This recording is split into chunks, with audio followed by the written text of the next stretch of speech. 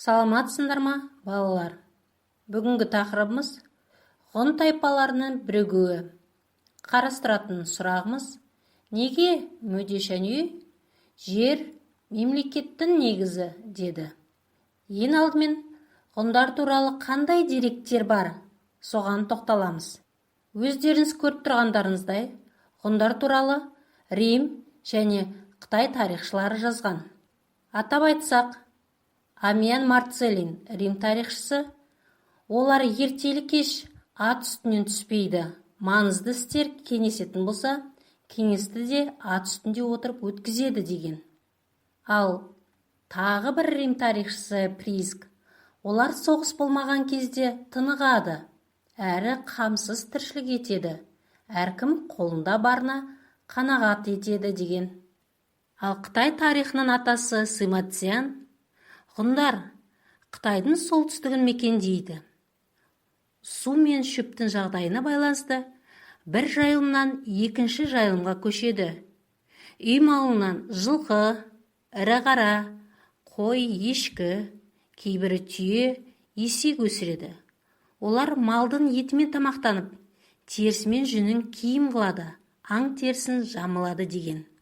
Оның бұл сөзімен ғұндардың қай жерді мекендегенін және немен айналысқанын білуге болады. Енді бұлардан басқа Қытайдың жазба деректерінде айтылған мәліметке мән берейік. А дерегінде солтүстік жерлерде су ерте түсіп, тары себуге қолайсыз болса да, ғұндардың жерінде тары себіледі делінген.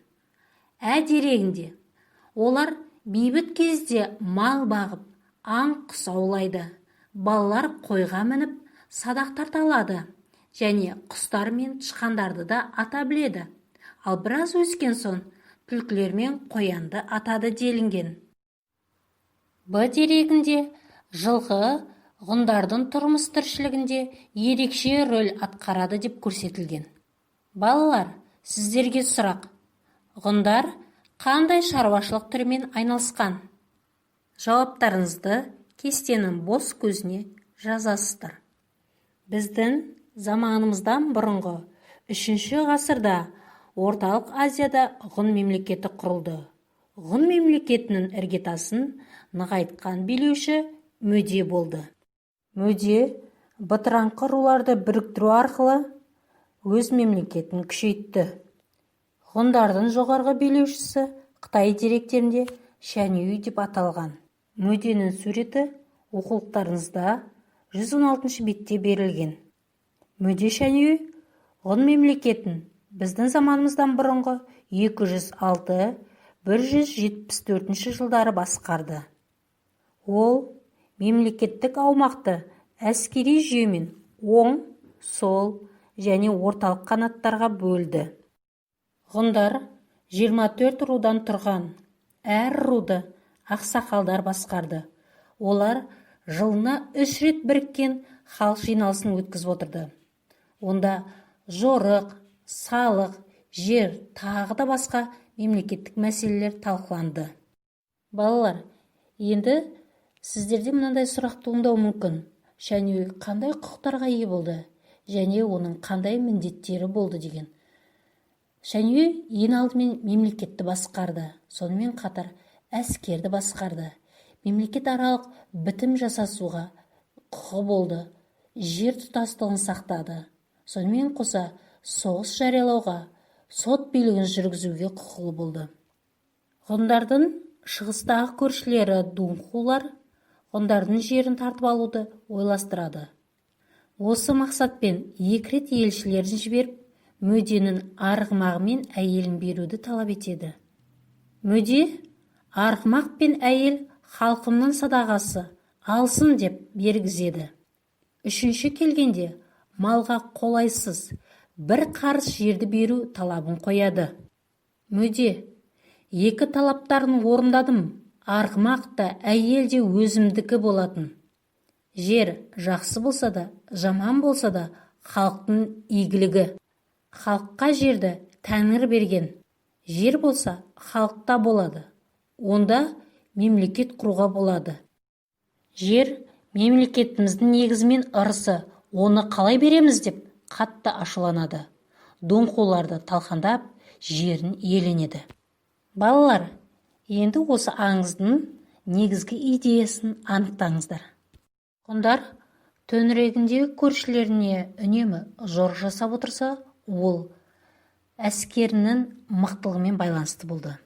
Осы орайда атты әскерлері жақсы ұйымдасқан, қуатты болғанын айта кету керек. Жауынгерлері қару-жарақты шебер меңгерген. Олар жебелі садақ, семсер, қанжар, найза, бұғалық, қалқан деген сияқты қаруларды меңгерген екен. Сондай-ақ ғұндардың ысқыратын жебесі де болған.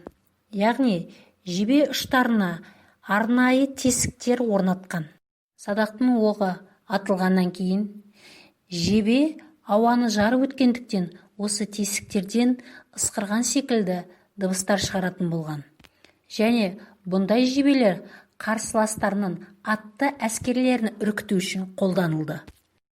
Балалар, дүниежүзі тарихынан ежелгі Қытай тақырыбын өткенде император Цин Шуханди көрші көшпелілер мемлекетінен қорғану үшін ұлы Қытай қорғанын салдырғанын айтқан болатынмын.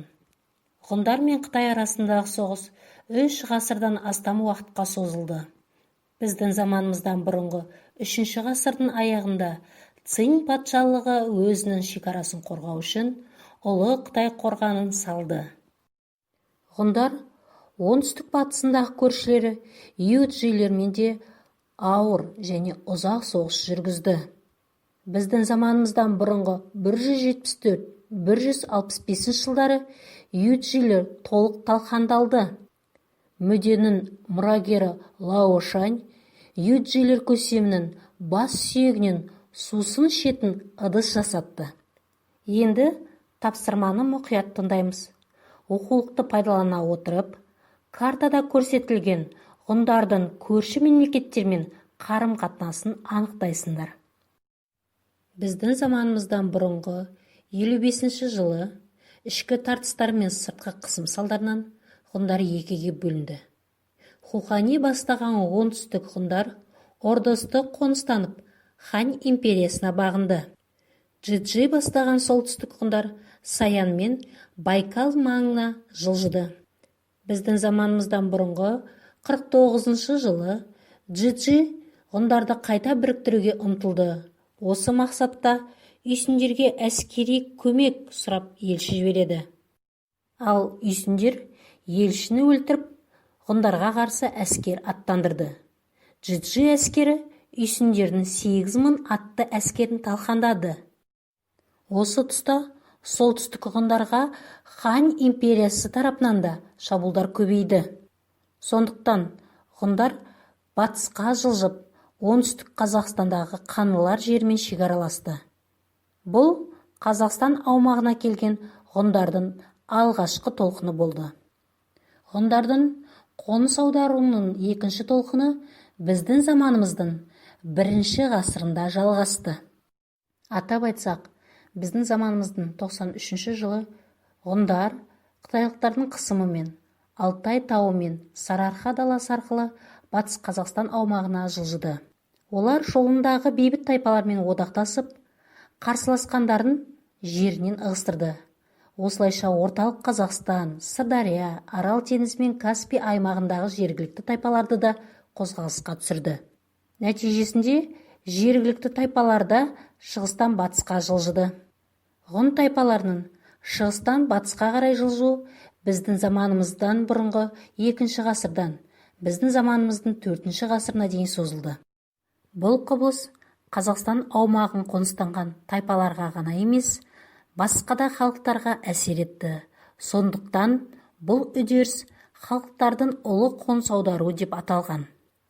Ғұндардың қоныс аударуы барысында Үйсін, Қаңлы, Алан, тағы да басқа тайпалар араласып, ассимиляция, яғни араласу жүзеге асты. Бұл жергілікті халықтардың тұрпатының өзгеруіне әкелді. Енді соңғы тапсырмаға назар салайық. Ғұндардың батысқа қоныс аударуының уақытын төмендегі сызықтың бойында көрсетесіздер. назар салып тыңдағандарыңызға рахмет. Сау болыңыздар.